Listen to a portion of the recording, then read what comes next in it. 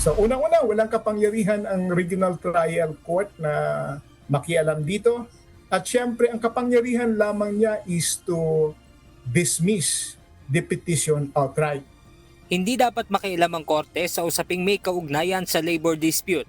Ito ang iginiit ng iba't ibang samahan ng manggagawa kaugnay sa paglalabas ng temporary restraining order ng Pasig City Regional Trial Court Branch 152 kung saan pansamantalang pinigilan ang pagpapatupad ng 85 pesos na dagdag sahod sa mga minimum wage earners sa Metro Manila. Sa ilalim ng Article 126 ng Labor Code, walang dapat ilabas sa preliminary o permanent injunction o maging temporary restraining order ang isang korte, tribunal o iba pang kahintulad na sangay ng hukuman laban sa anumang paglilitis o proseso sa harap ng komisyon o regional boards. Ito ay klaro, ang argument ng ating mga kaibigan sa employer ay yung proceedings daw ay hindi naman yan, iba naman yung wage order. Pero yan po ay masyadong narrow interpretation na kasi ang prinsipyo ay no injunction or temporary restraining order dapat.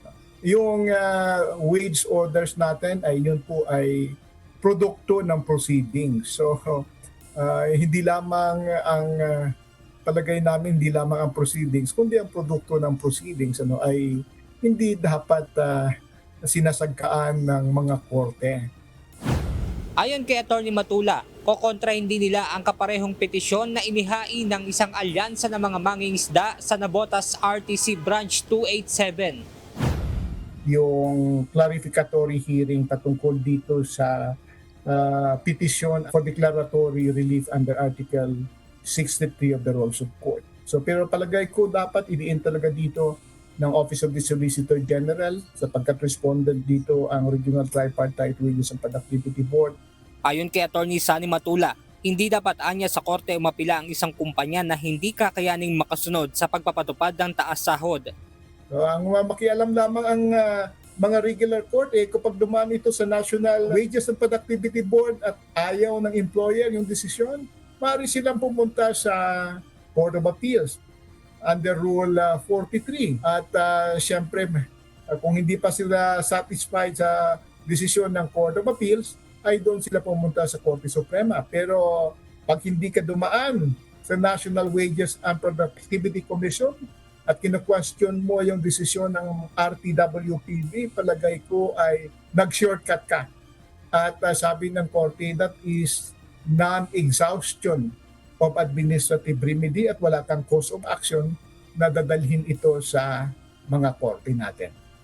Samantala, nagsumite naman ng House Resolution ngayong araw si Kamanggagawa Party List Representative Eli San Fernando. Kabilang dito ang pagsasaayos ng job order, paghuhulog ng benepisyo, Batas Manggagawa Act, extend ng prescription period kapag may labor cases, at mandatory na pag-i-issue ng payslip. Layunin ng isinumiting resolusyon na madagdagan pa ang proteksyon para sa mga manggagawang Pilipino. Kasi ito yung pupwedeng tumugon doon sa kalakhan, karamihan ng mga problema ng mga manggagawa at the enterprise level.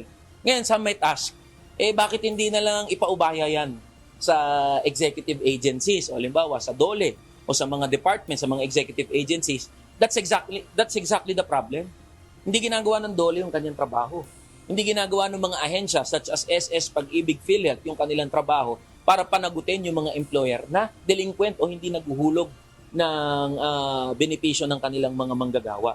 Benedict Samson, UNTV News and Rescue. Diyos ang aming sandigan, serbisyo publiko ang aming pinahahalagahan.